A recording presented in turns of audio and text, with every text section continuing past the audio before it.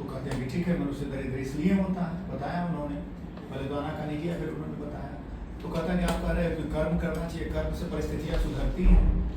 तो एक राजमिस्त्री जो होता है, एक शिल्पी, मैंने वहाँ मान लो संस्कृत में शिल्पी शब्द आएगा, एक शिल्पी और श्रमिक जो होता है वो बड़ी अट्टालिकाओं यानी राजमहलों का निर्माण करता है, परंतु निवास तो उसमें राजा करता है। वो क्यों नहीं करता? अगर कर्म का फल ही मिलना है तो उसमें निवास तो उसको शिल्पी को करना चाहिए। तो कहते हैं कि अदन्न दानात् भवत् दरिद्रे दरिद्र प्रभावात् करोति पापम पापा प्रभावात् नरकम प्रयान्ति नरके याते पुनरे दरिद्री पुनरे छिपाति।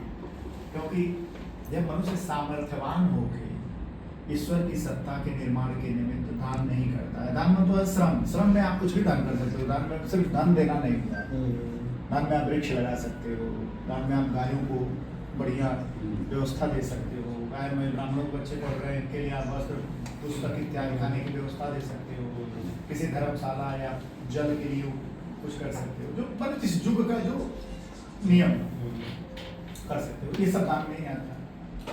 तो कहा कि जो नहीं करता अदन्न दानात् भवत् दरिद्रे, तो वो मनुष्य अगले जीवन में दरिद्र होता है। दरिद्र प्रभावात् करोति पापम, दरिद्रता के प्रभाव वो पाप करता है, पापा प्रभावात् नरकम प्रयान्ति, पाप करता है तो नरक जाता है, और नरक से आया हुआ जो फिर पाप करता है फिर नरक जाता है, तो चरण बन जाता है। अब वो सुधरता कब है? सुधरता तब है जब उसे किसी अच्छी संगति का संसर्ग मिल गया और जबरन ही उससे कुछ अच्छा कार्य कराया गया, चले कर ले। जैसे आप दोस्तों में कई बार ऐसा होता है, चलो यार गंगा नहा के ही आते हैं, ऐसा भाव बनता है, इधर गंगा नहा के आते हैं, जबरन ही सही गए नहा के आए, तो गंगा पापम शशि तापम, स्वभाव है चंद्रमा तापमान को खींच लेता है और गंगा पाप को खींच लेती है, ये जो स्वभाव उसका है वो तो आपको मिलेगा। तो उन्होंने कहा कि यही कारण है। तो उसने कहा कि फिर आपका इसमें क्या योगदान है? उन्होंने कहा हमारा नहीं, विधाता का योगदान है। तो उनका देखो तीन चीजें आपको फिक्स मिलती हैं, पूर्व जन्मानिते विद्या, पूर्व जन्मानिते धनम, पूर्व जन्मानिते नारी, अग्रे अग्रे धावति। विद्या समझ आ गई? हाँ, जमराज फिक्स करते हैं, कहते हैं देखो पूर्व जन्म के कर्म से आपका जो अगला जन्म हो रहा है, जिस वर्तमान जो जीवन है, इसमें जो हमें विद्या प्राप्त हो रही है वो हमारे पूर्व जन्म का फल है। वो पूर्व जन्म में मिल चुकी है? नहीं, वही मिले जन्म में आपने अच्छा किया है। उसके बाद था धन, धन पूर्व जन्मादिते धनम, मतलब जो पिछले धन जन्म में था नहीं मिलेगा, जो पीछे से फिक्स करके आया है उससे नहीं रुपया ज्यादा ले सकते हैं न कम मिलेगा, बिल्कुल मिलेगा। वो पिछले जन्म का कितना था वो तो और पूर्व जन्मादिते नारी, आपको पत्नी भी पूर्व जन्म से फिक्स मिलती है, अग्रे अग्रे धावति, बिल्कुल एकदम फिक्स है, आगे आगे चल रहा है। ये इसमें आप कोई भी अगर जब भी आप जबरदस्ती करते हैं तो परिणाम भयंकर होता है। देखते हैं बहुत सारे लोग जबरदस्ती करके बाद में जो है फुल पीट के आते हैं। आप देखो कि आपको बहुत सारे ऐसे एग्जाम्पल देखने को मिलेंगे, एक ही गुरु से सारे विद्यार्थी पढ़ते हैं, एक बहुत विद्वान हो जाता है, बाकी जीवन भर मूर्ख के मूर्ख ही रहते हैं। एक सेम जगह नौकरी करने वाले सेम पोजीशन पर एक व्यक्ति करोड़पति हो जाता है और दूसरा सब जुए में हार के अपना घूमता फिरता है। ये तो सिंपल सी बात है, एक ही खेत में एक किसान की फसल अच्छी हो जाती है, एक ही खराब हो जाती है, सेम कंडीशन में हो रही है, सेम वातावरण में हो रही है। तो कहीं ना कहीं ये प्रभाव तो देखने को मिलता है, हम समझते नहीं। सब फिक्स है जब, तो फिर परिश्रम करेंगे इंसान कर्म के हाँ, ऊपर। कर्म के ऊपर है, क्योंकि कर्म मनुष्य होने के नाते आपका धर्म है, आप नहीं करेंगे तो शिथिल हो जाएंगे। कोई तो है ना नेक्स्ट कि तो हर बार नरक जाना नहीं, तो कर्म करने के लिए इंद्रियातीत है, कर्म इंद्रियों के लिए है। जैसे आंख आपको देखने के लिए मिली है, हाथ कार्य करने के लिए मिले हैं, लिंग, गुदा, पैर, दांत, जीभ, कान, ये जिस कार्य के लिए मिले स्वतः करना शुरू कर देते हैं। जी।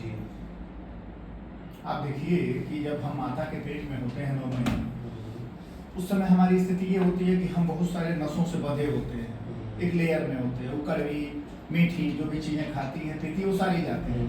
अच्छा 9-8 मैंने 6 महीने के बाद तो हमारी स्थिति होती है कि हमारे कान भी बन गए होते हैं, नाक भी बन गए, तो मुंह नाक सब बने रहते हैं ना। लेकिन वो पानी, वो मल मूत्र, वो कोई भी चीज हमारे इन क्षेत्रों में नहीं जाती। और जो ही आप निकलते हैं और जो ही काट पीट के आपको फिट किया जाता है, तो ही आप तुरंत नाक में घुस जाएगा पानी, अगर आप गलती थोड़ी भी हुई तो थोड़ा भी इधर उधर हुआ तो कान में कुछ हो जाता है, होता है कि नहीं? जी होता है ऐसा। अर्थात हम जब पृथ्वी के वातावरण में आते हैं तो ये कांड शुरू हो जाते हैं, क्योंकि इंद्रिया एक्टिवेट हो जाती है, अपना कार्य करना शुरू कर देते हैं। ये आपका स्वाभाविक कर्म है, जी। आप पैदा हुए हो लेके वो करेंगे अपना कार्य, किसी का दोष नहीं है। गुरु शब्द का अर्थ मात्र इसलिए किया गया, गुरु की स्थापना इसलिए की गई कि गुरु एक, आपने हाथी पर देखा होगा महावत बैठता, हमारे यहाँ जमींदार अभी हाथी रखते हैं, छोटी शौक है पूर्वांचल में। तो एक गजबाक रखते हैं, गजबाक बोलते हैं, छोटा सा होता है, चुभने वाली सुई होती है, थोड़ी भी हाथी है ठीक तो यूं दन से मारते हैं जी।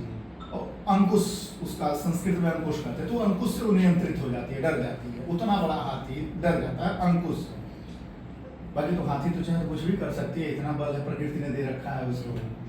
उसी तरह उस वैदिक काल में गुरु की स्थापना इसलिए की गई कि वो आपके साथ रहेगा। गुरु का मतलब ये नहीं कि गुरु जी जंगल में है और आप गए मिल के राम राम करके 10,000 रुपया चढ़ा के चले आए, नहीं, इससे गुरु का काम नहीं चलेगा। आपके दिए हुए धन से, धन आप हमको दीजिए, मैं भी कल जाके नाइट लाइफ जी के उड़ा दूंगा, ठीक है, हो सकता है ना ऐसा? हाँ, ऐसा हो सकता है। लेकिन आप हमारे पास आओगे और आप अपनी समस्या बताओगे कि मुझे कुछ सुनना है, तो मैं आपकी काम की चीज बता पाऊँ। डायरेक्शन चेंज कर दोगे। डायरेक्शन देना ही गुरु का कार्य था और कोई कार्य नहीं था।